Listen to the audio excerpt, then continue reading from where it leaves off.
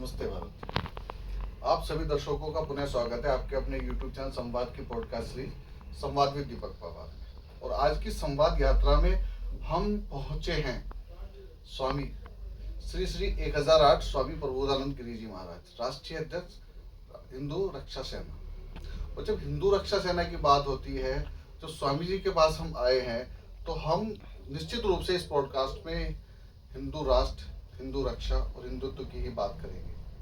हम बात करेंगे हिंदू जागरण की, क्या आवश्यकता है हिंदू को जगाने की, और जागने वाला है तो सोया कौन है। बहुत सारी विषयों पर हम बात करेंगे स्वामी जी से। हमने स्वामी जी से आग्रह किया कि आप हमारे समय निकालिए इस संवाद यात्रा के लिए, और स्वामी जी ने सहज भाव से इसकी स्वीकृति दी। बहुत बहुत आभार स्वामी जी, संवाद के इस पॉडकास्ट के लिए। आपका भी संवाद का बहुत बहुत धन्यवाद, और आपका धन्यवाद, आप पधारे। तो प्रारंभ करते हैं संवाद यात्रा को, जिसमें आज हिंदुत्व की बात निश्चित रूप से आप हैं तो हिंदुत्व की बात होगी। तो सबसे पहला जो मेरा प्रश्न है, जब हम बात कर रहे हैं हिंदू जागरण की, बहुत सारी बातें होती हैं। कल 22 फरवरी है, तो 22 फरवरी में कई सारे विराट हिंदू सम्मेलन हो रहे हैं, तो हमें जगाना किसको है?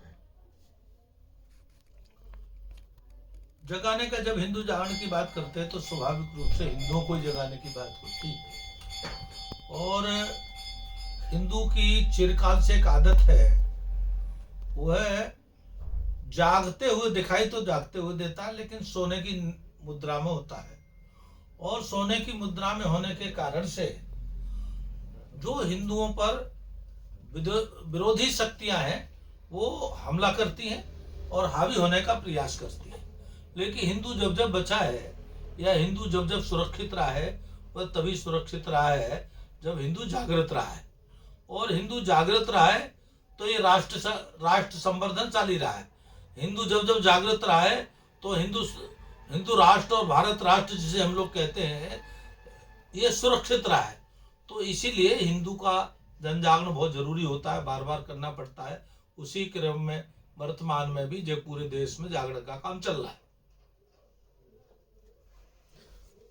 एक प्रश्न मेरा फिर दोबारा से आता है, आज के समय में पिछले 11 वर्षों से भारतीय जनता पार्टी की सरकार है, हिंदुत्व की सरकार है, तो उसके बाद भी आज एक बात आती है निकल के, जब हम बात करते हैं हिंदुत्व की, और हिंदुत्व की बात के साथ हम कहते हैं कई बार सरकारें एक वाक्य बहुत प्रस्तुत करती है, हिंदू खतरे में, और दूसरे विपक्ष से उसका खंडन किया जाता है। हिंदू रक्षा सेना के राष्ट्रीय अध्यक्ष होने के नाते आप उसको किस दृष्टि से देखते हैं? आपने ये बात तो ठीक ही की। हिंदू समाज ने जागृति करके, हिंदू समाज पहली बार सामूहिक रूप से इकट्ठा हुआ 1947 के बाद। अनुभव ये आता है कि 2014 में हिंदू पूर्ण रूप से जागृत होकर, और हिंदुओं ने हिंदुत्व के आधार पर भारतीय जनता पार्टी की सरकार बनाई। अब सरकार बनते ही हिंदुत्व की सरकार रही नहीं, वो सेकुलर की सरकार हो गई। उन्होंने नारा लगा दिया, सबका विकास, सबका साथ, सबका विश्वास। लेकिन उस बात में वो भूल गए, और वो भूलते हैं इस बात को कि आज आप ये जो सबके विकास का नारा लगा रहे हैं, यह केवल हिंदुओं के कारण से लगा रहे हैं। अगर हिंदुओं ने आपको सरकार में बना के नहीं भेजा होता तो आप ये नारा लगाने लायक भी नहीं होते। बिल्कुल। तो देखने में ये आ रहा है कि नेताओं की प्रवृत्ति है और राजनीतिक पार्टियों की प्रवृत्ति है, और वो प्रवृत्ति यह है कि हिंदुओं के साथ बार बार धोखा होता है। हिंदू अपने अपेक्षा से, आशा से, विश्वास से कि वे हमारे लिए कुछ काम करेंगे, सरकारों का चयन करते हैं, नेताओं का चयन करते हैं। लेकिन सरकार बनते ही हिंदू तथाकथित हिंदूवादी कहने वाली पार्टियां और हिंदूवादी नेता अपने को सेकुलर मानने लगते, सेकुलर कहने लगते। और सेकुलर का भी अर्थ दूसरा है। सेकुलर का मैं अर्थ स्पष्ट कर दूं, सेकुलर का अर्थ यह नहीं है कि सबका साथ, सबका विकास। सेकुलर का अर्थ है यह कि हिंदू का विकास नहीं होना चाहिए, हिंदू का साथ नहीं होना चाहिए, हिंदू का सहयोग नहीं होना चाहिए, और हिंदू के साथ जितना अधिक से अधिक उत्पीड़न हो और जितना अधिक से अधिक इसके साथ अत्याचार हो, वही बढ़िया श्रेष्ठ सेकुलरवादी होगा। ये वर्तमान के व्यवहार में ऐसा हो गया है, और उस वर्तमान व्यवहार के ऐसे के कारण से वो हिंदुओं को भूल जाते हैं, और हिंदुओं का वोट लिया, हिंदू आप जैसे भूल गए। भारतीय जनता पार्टी की सरकार, मैं साफ कह सकता हूं, केवल केवल हिंदुओं के वोट से आई। बिल्कुल निश्चित। और मोदी जी ने अपने चुनाव में कहा था कि एक एक वोट का मैं कर्ज ले रहा हूं, चुकता करूंगा। लेकिन जैसे नेताओं के प्रवृत्ति है, नेताओं की आदत है, वोट लेके भूल जाते हैं। हिंदुओं का उनके ऊपर कितना बड़ा कर्ज है यह उनको याद ही नहीं। अगर वो सारे जीवन उस कर्ज को चुकता करने का प्रयास करें तो सारे जीवन भी हिंदुओं का कर्ज नहीं चुकता कर सकते, क्योंकि हिंदुओं ने पूरी ताकत के साथ भारतीय जनता पार्टी की सरकार बनाई, और इसी आशा से बनाई थी कि हिंदुओं का कल्याण होगा, हिंदुओं की सुरक्षा होगी, हिंदू सुरक्षित होंगे। लेकिन देखने में ये आ रहा है कि हिंदुओं को जिस प्रकार से सुरक्षित होना चाहिए वो नहीं हुआ। दूसरी बात, एक प्रश्न मेरे, एक जिज्ञासा है मेरी गुरु जी। एक सेकंड यहाँ पे कट लेंगे, चलने कट लेंगे। आप मेरी तरफ देख के बात करेंगे, कैमरे की तरफ देखने की जरूरत नहीं है, क्योंकि हमारा व्यू ऐसे आएगा और ये कटेगा। ठीक है, कंटिन्यू रखना है। अब मैं वापस से स्टार्ट करता हूँ। एक जिज्ञासा है मेरी गुरु जी, जनसंख्या नियंत्रण कानून आप कितना समझते हैं, कितना जरूरी है? और दूसरे प्रश्न के साथ एक चीज ये भी है, जब हम पूर्ण बहुमत से आए थे तब जनसंख्या नियंत्रण कानून आना चाहिए था। क्या लगता है कि निकट भविष्य में जनसंख्या नियंत्रण कानून सरकार कभी ला पाएगी? जनसंख्या नियंत्रण कानून बहुत आवश्यक है, अति आवश्यक है। और हम तो इसको दूसरे तरीके से कहते हैं, जनसंख्या नियंत्रण कानून नहीं, कठोर जनसंख्या नियंत्रण कानून।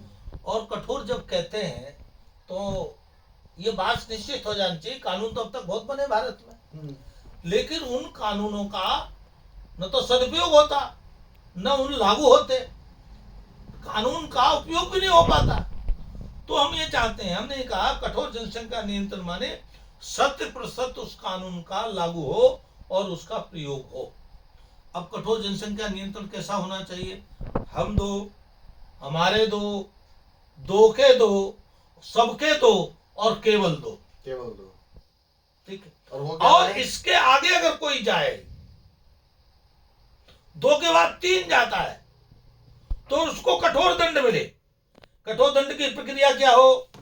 वह भारत का नागरिक नहीं हो, ऑटोमेटिक ऐसी व्यवस्था होनी चाहिए कि जैसे ही उसकी जनसंख्या में तीसरा बच्चा है ऐड हुआ, उसकी नागरिकता तत्काल खत्म हो जाए, सरकारी सुविधाएं खत्म हो जाए, सरकारी किसी में नौकरी न कर सके, अगर नौकरी करता है तो तुरंत नौकरी छूट जाए उसकी।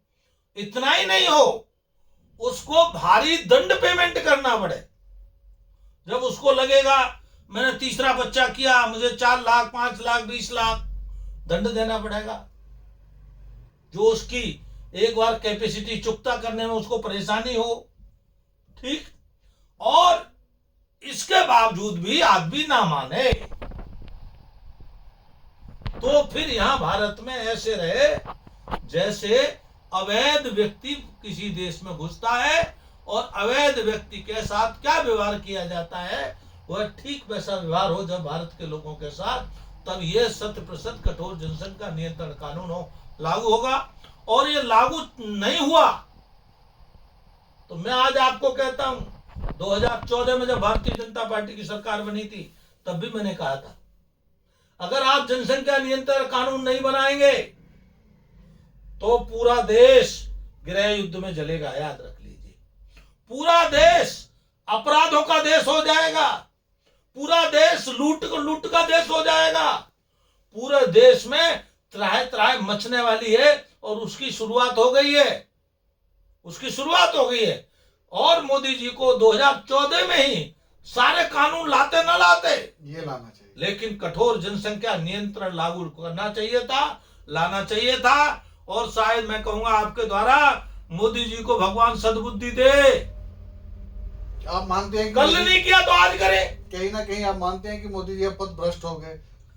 देखो भाई, मोदी जी पद भ्रष्ट हुए तो उनका ईमान उनके साथ है, आप इसलिए कह रहे हैं उनके बारे में बहुत सारी आ रही हैं बातें कि मोदी जी एक- पदभ्रष्ट हो एक- गए एक हैं। दर्द है। कोई एपस्टीन नाम की कोई फाइल आई है, वो नहीं, उनके बारे आए, इसलिए कह रहे हैं। नहीं, लेकिन मैं तो एक बात कहूंगा मोदी जी को, कहते हैं आपसे गलती हो गई, कोई बात नहीं, लेकिन आप पर ऋण तो हिंदुओं का शेष है, स्वामी जी, मेरा कहने का और हिंदुओं का ऋण दो, हिंदुओं का ऋण अदा करो। कल नहीं किया आज करो, बिना देर करो, विलंब नहीं होना चाहिए। जिसमें जितना विलंब हो रहा है उतना ही देश गृह युद्ध की तरफ तीव्र गति से बढ़ रहा है। मेरा कहने का मतलब ये है कि मेरे इस बात से मतलब नहीं किस फाइल में क्या नाम आया, उससे मतलब नहीं है। हमारे पास विकल्प एक ही है, भारतीय जनता पार्टी। हमारी पार्टी जैसी भी है हम उसी के साथ चलेंगे, हिंदुत्व की पार्टी है। मेरे कहने का मतलब है कि हमें लाना था जनसंख्या नियंत्रण कानून, हमें हिंदुत्व को बढ़ाना था, और हम यूजीसी ले आए। और आज जिस पर कोई बात करने को तैयार नहीं है, और एक पीड़ा है, ये मेरे हृदय की पीड़ा है कि आज हम अपनी ही पार्टी में बट गए। नहीं, उनकी बट नहीं है, मोदी जी की बुद्धि भ्रष्ट हो गई है, उनके सलाहकारों ने बुद्धि भ्रष्ट कर दी है। जैसे आपको ध्यान हो, एक बार बीपी सिंह की बुद्धि भ्रष्ट कर दी थी सलाहकारों ने कि आप मंडल ले आओ कमीशन, आप सत्ता से बाहर जाओगे ही नहीं। यही कहीं मोदी जी को पढ़ा दिया है कि आप यूजीसी ले आओ, आप कभी सत्ता से बाहर नहीं जाओगे।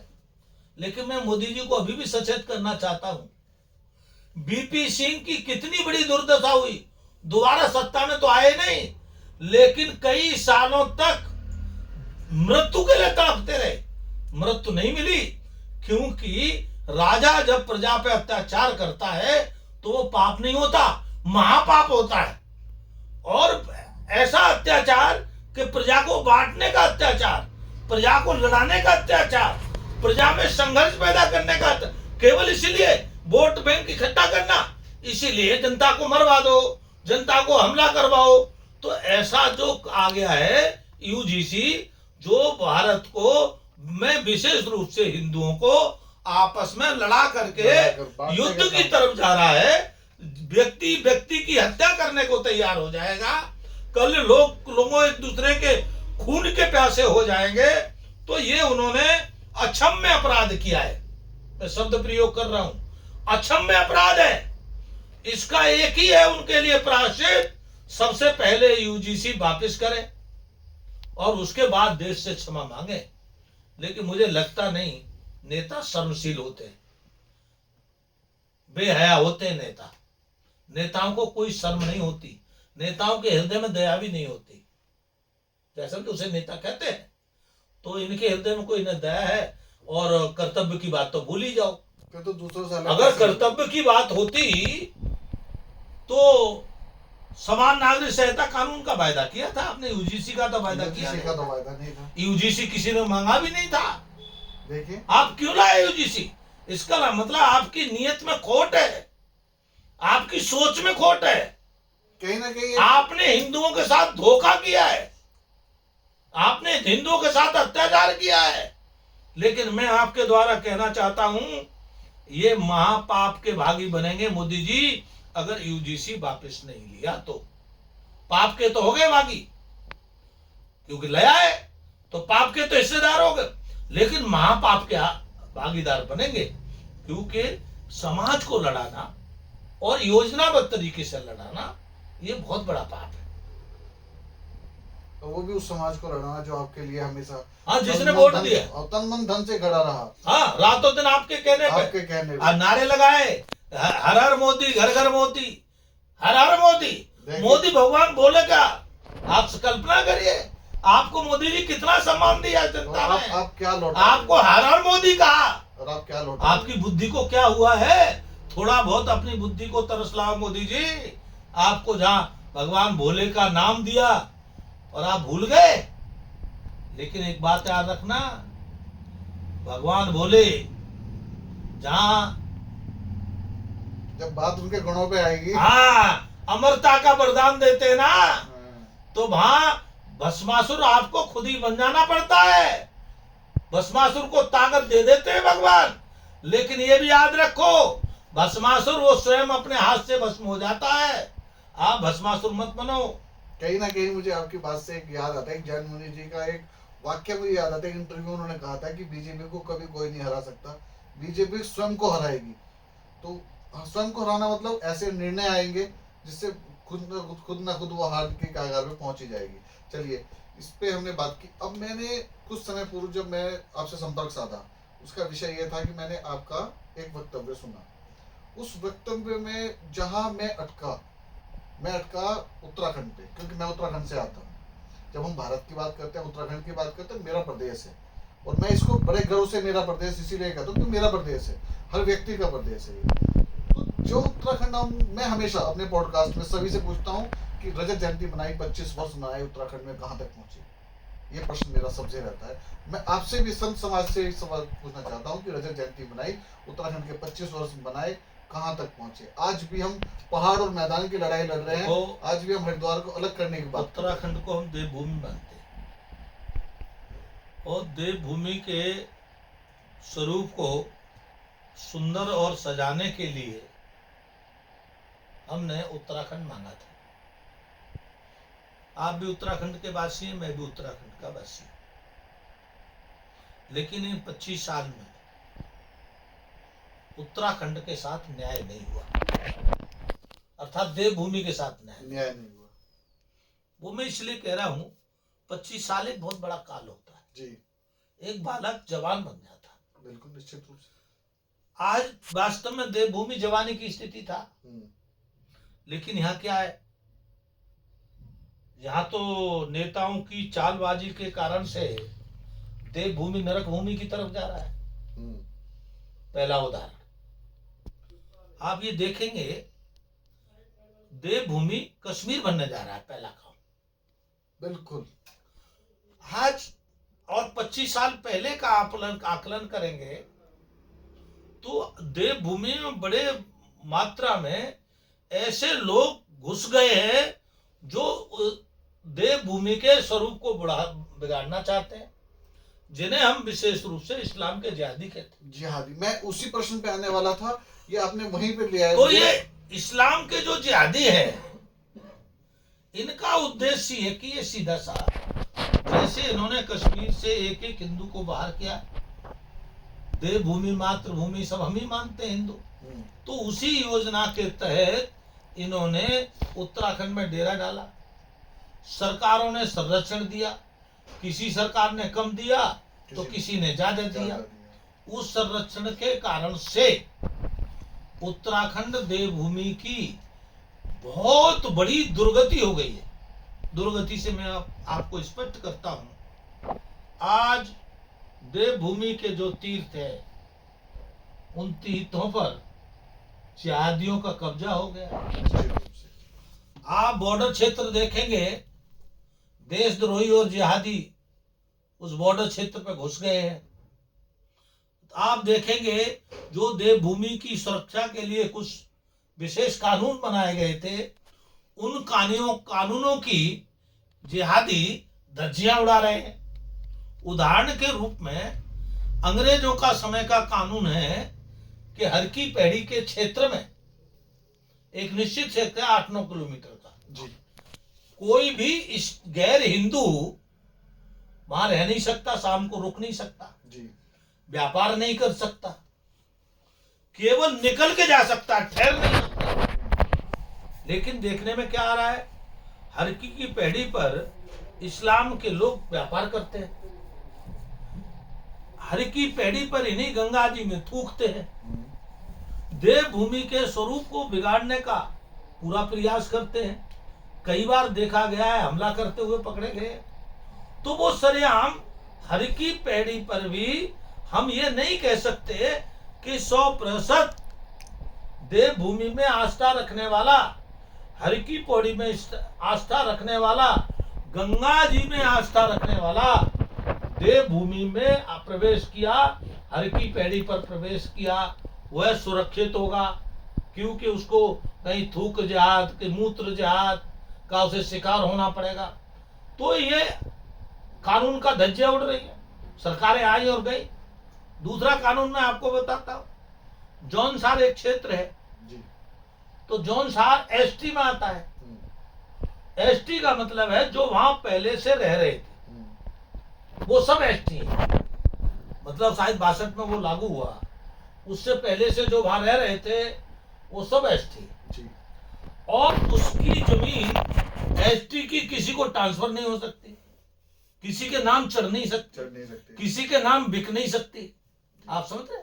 लेकिन आप जाइए जौनसार में देखिए, इस्लाम के जिहादियों ने बड़ी मात्रा में उनकी जमीनें ले ली हैं, अपने नाम चढ़ा ली हैं, जमीनों पे कब्जा कर लिया है। आप आश्चर्य करेंगे, 1000 बीघा जमीन हमें आंकड़ा दिया है, उन इस्लाम के जिहादियों ने कब्जा कर ली, अपने नाम चढ़ा दी।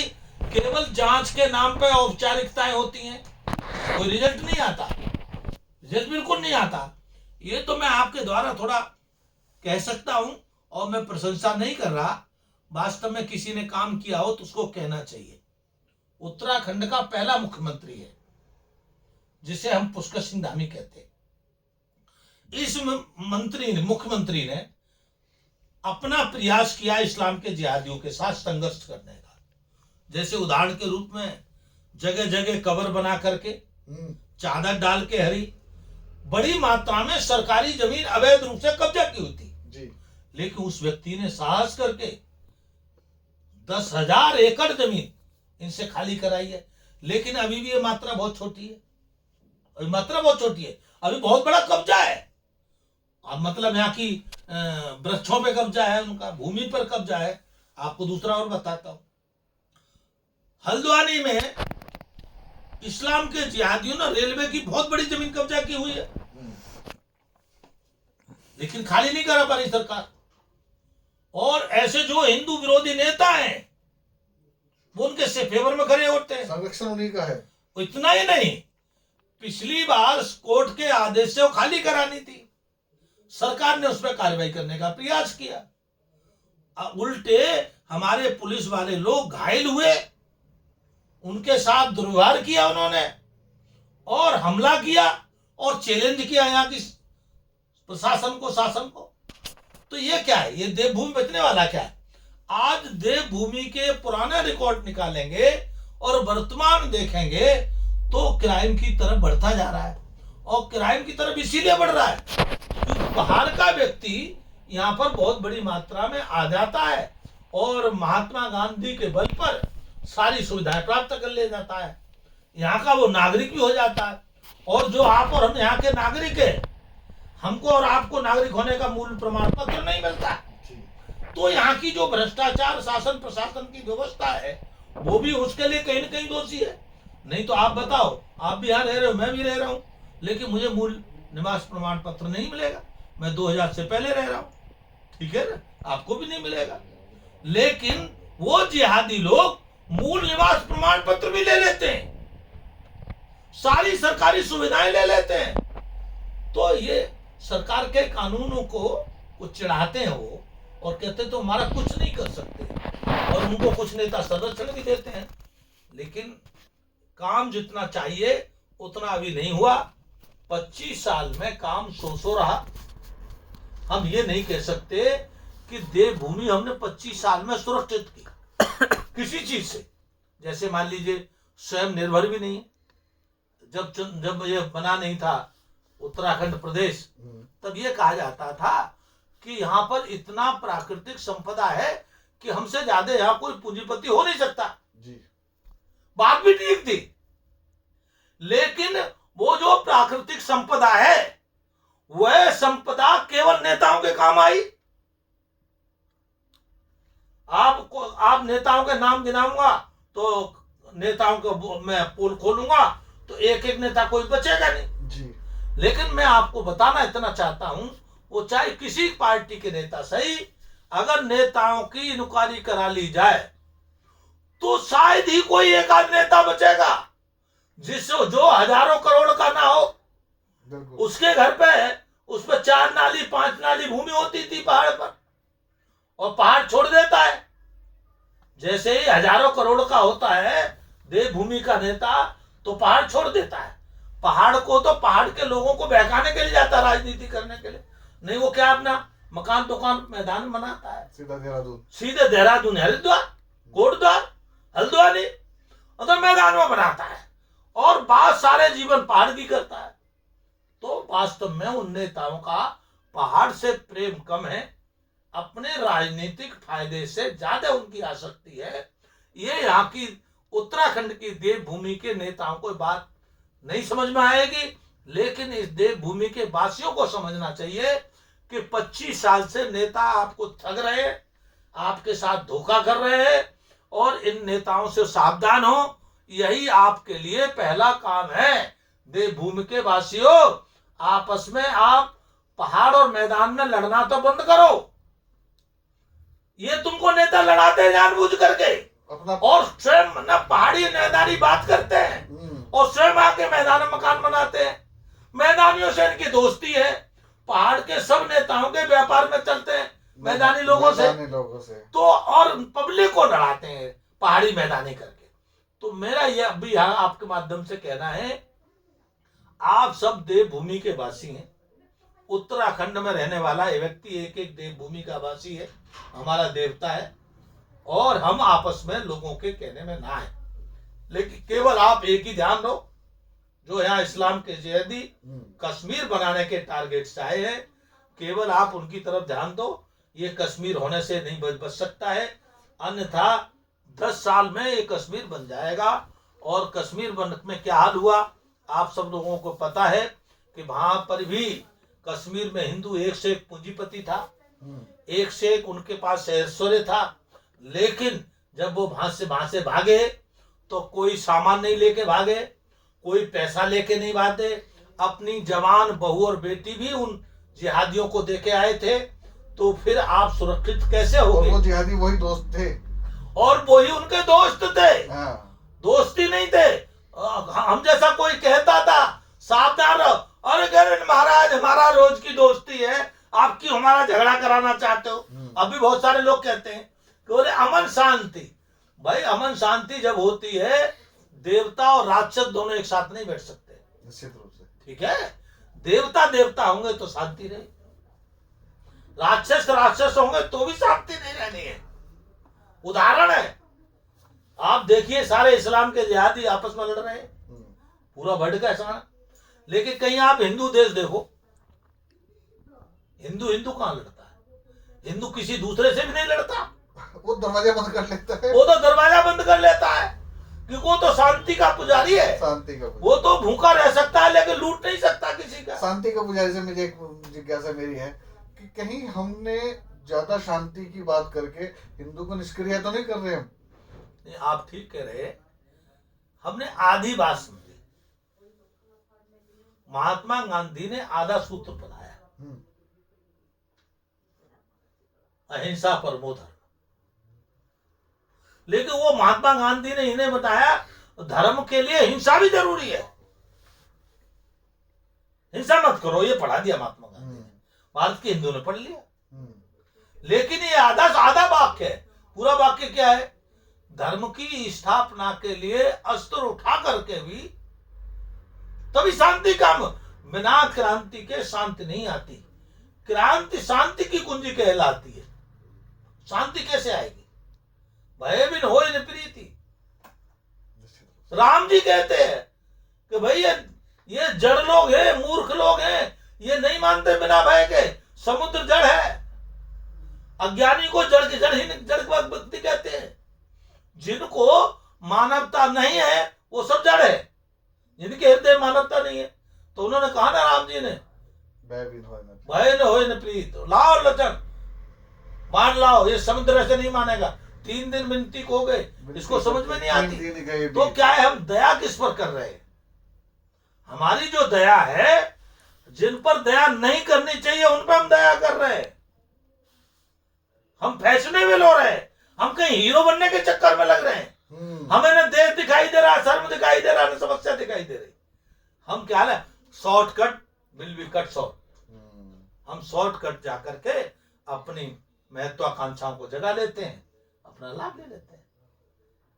इसी में लोग दौड़ रहे हैं, इससे बहुत बड़ा नुकसान होगा। आपके माध्यम से मैं एक बात जरूर कहूंगा कि भाई उत्तराखंड में पहली बार जिहाद के खिलाफ अभियान चला, लेकिन ये अभियान बहुत थोड़ा है। जिहाद ने बहुत बड़ा हो गया है। देवभूमि में इस्लाम का जिहाद सुरसा बन गया है। सुरसा बन गया निश्चित रूप से। तो इसको समाप्त करने के लिए हर हिंदू को खड़ा होना पड़ेगा, और उसको खड़ा होना पड़ेगा जो वास्तव में मानता है कि मेरी देवभूमि मेरी है और इस देवभूमि की रक्षा करना मेरा धर्म है। उसके लिए तन मन धन सब समर्पित करूंगा और देवभूमि बचाऊंगा।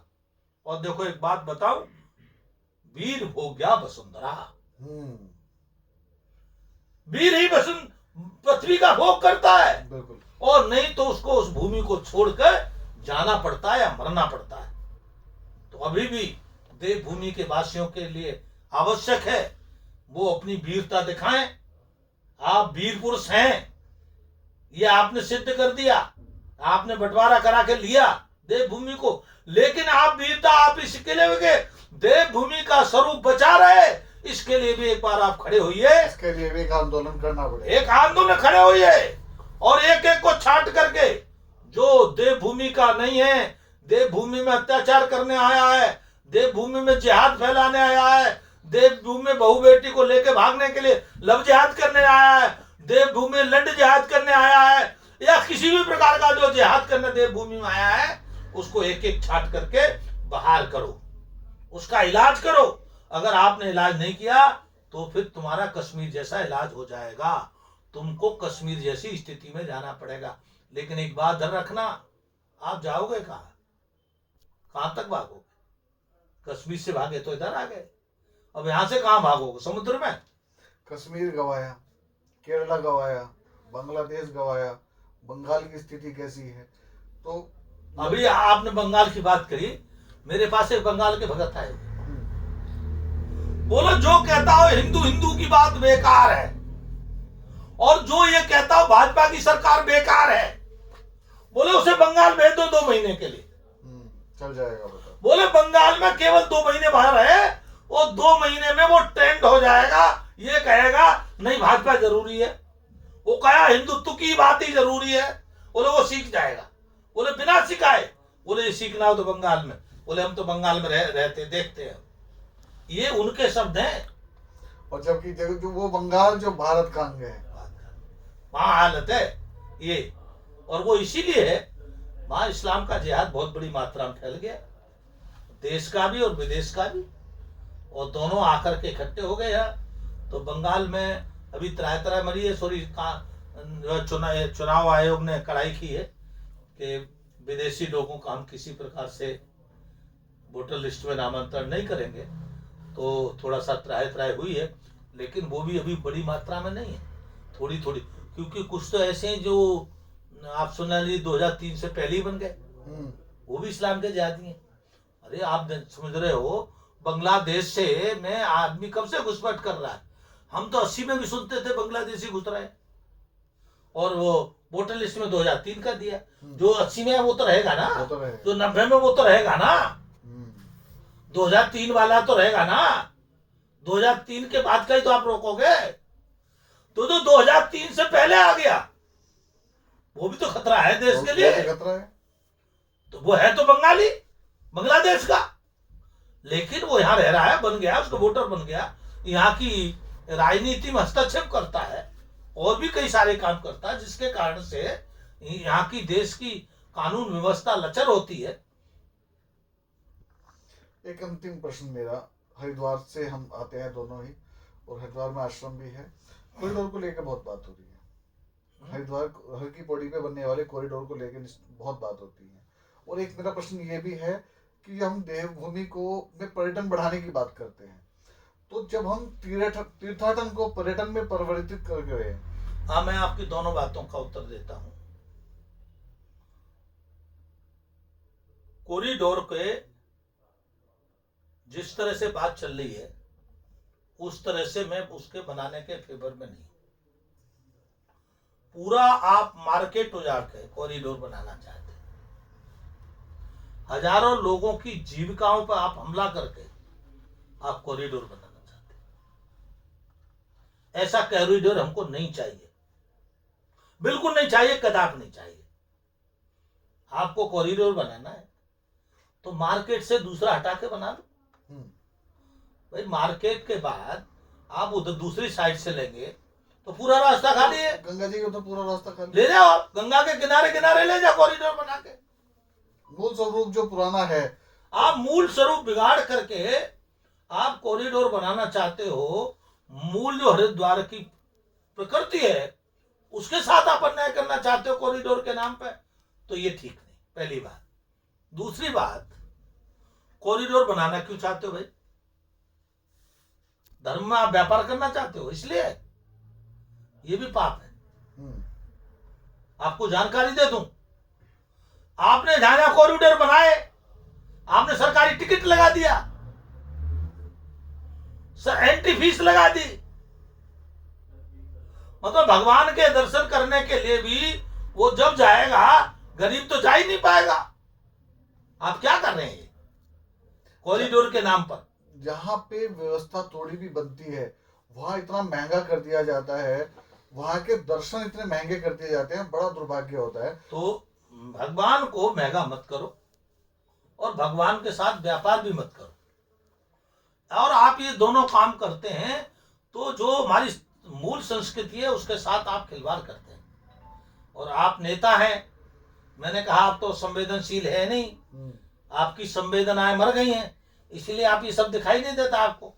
लेकिन मैं आपको महात्मा होने के नाते कहता हूं, आप पुण्य नहीं कर रहे, आप पाप कर रहे हैं। अगर पुण्य और पाप है तो मैं तो मानता हूं है पुण्य पाप, लेकिन आप नहीं मानते हो तो इसलिए कह रहा हूं मैं, 100% ये पाप है। आप लोगों को उजाड़ करके, लोगों की बद्दुआ लेकर के आप आने जाने की कुछ लोगों की सुविधा के लिए आप ये सब करते हैं।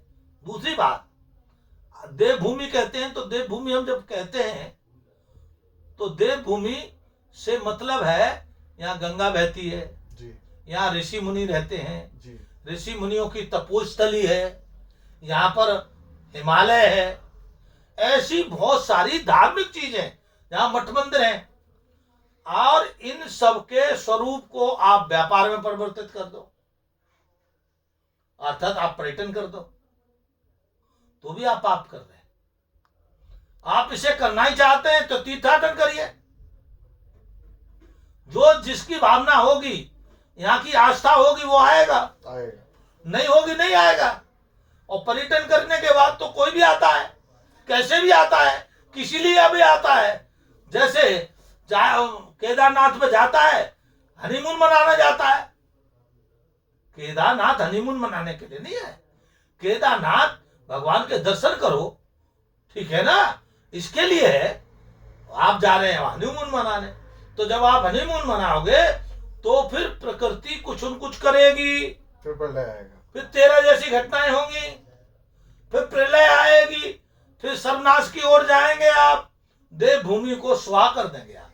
एक ऋषिकेश मुनि की रहती, अभी मैं कुछ समय पूर्व जब उधर से आ रहा था, मैं दर्शन करने के लिए गया था बद्रीनाथ, तो बड़ा अजीब लगा मुझे देख के कि वहां पर नगर पालिका ने एक बोर्ड लगाया, वो तीर्थ नगरी ऋषिकेश, उसके बाद वो बनी योग नगरी ऋषिकेश। आज अभी भी वो बोर्ड, अभी तक हम पॉडकास्ट बना रहे हैं, अभी तक भी लगा, उस पर लिखा हुआ है पर्यटन नगरी ऋषिकेश। बताइए हमने क्या स्वरूप बदल, क्या क्या कर रहे हैं? ऋषिकेश इसलिए प्रसिद्ध है कि वहां ऋषियों का तपोभूमि रही है। तपोभूमि, स्वयं ध्रुव जी की कथा आती है, ध्रुव जी की तपस्या के बारे में वर्णन करते करते लोगों की समाधि लग जाती है। तो ध्रुव जी जब यहां आए तो ऋषि मुनियों ने स्वागत किया, अरे ध्रुव जगह है, तपस्या करने आए। ध्रुव जी वहां ऋषिकेश गंगा के किनारे बैठ गए ध्यान करने, एक साथ उठ के चल दिए वो। तो गंगा जी प्रकट होकर उनके पीछे चल दी। ध्रुव जी कहां जा रहे हो? बोले यहां मेरा ध्यान नहीं लग रहा। बोले क्यों? बोले ये जो गंगा जी है ना, ये कल कल कल कल करती हैं, ये ध्यान में विक्षेप कर रही है मेरी। गंगा माता ने कहा नहीं ध्रुव जी, मेरे गंगा के तट के से दूर मत जाओ, मैं यहां आवाज करना बंद कर दूंगी। और वहां जो ध्रुव क्षेत्र है आज भी वहां गंगा जी की ध्वनि सुनाई नहीं देती। आज भी गंगा माता वचनबद्ध हैं, ध्रुव जी को वचन दिया, लेकिन ध्रुव जी जैसे कितने ऋषि मुनि आते हैं वहां, इसके कारण से आज भी गंगा माता वहां शांत रहती हैं, कलकल की आवाज नहीं सुनाई देती। लेकिन आप देखेंगे जब कि हरिद्वार में भी सुनाई देती है आवाज। और हम वहाँ हाई जंपिंग और दुनिया भर के एडवेंचर ला के उसको हम पर्यटन नगरी बनाने पे तुले हुए हैं, तो कहीं ना कहीं ये मूल स्वरूप से छेड़छाड़ है। ये सब इसलिए है, नेताओं की बुद्धि संवेदनहीन हो गई है। नेता संवेदन होने के कारण से उनकी संवेदनाएं मर गई। देवभूमि के प्रति संवेदनाएं नहीं है। उनकी संवेदनाएं केवल व्यापार पे, पैसा कमाने पे है। जैसे भी हो पैसा कमाओ। मैं आपके माध्यम से, मैं नेताओं से हाथ जोड़कर, मेरी भाषा हो सकती है आपको बुरी लगे, लेकिन मैं जो बात कह रहा हूं महात्मा हूं।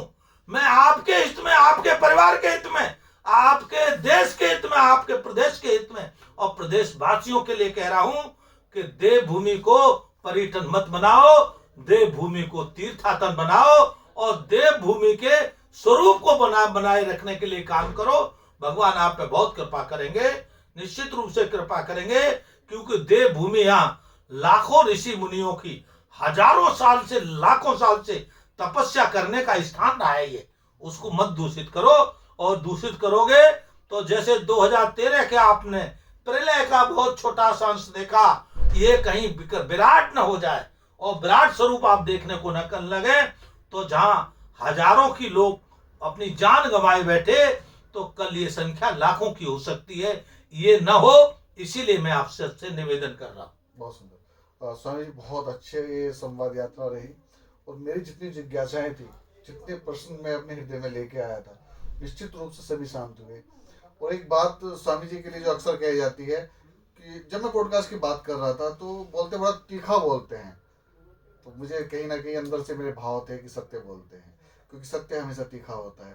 तो आज के इस पॉडकास्ट में हमने देवभूमि की बात की, हमने हिंदुत्व की बात की, और बहुत सारी बातें हमने स्वामी जी के साथ की। और ये पॉडकास्ट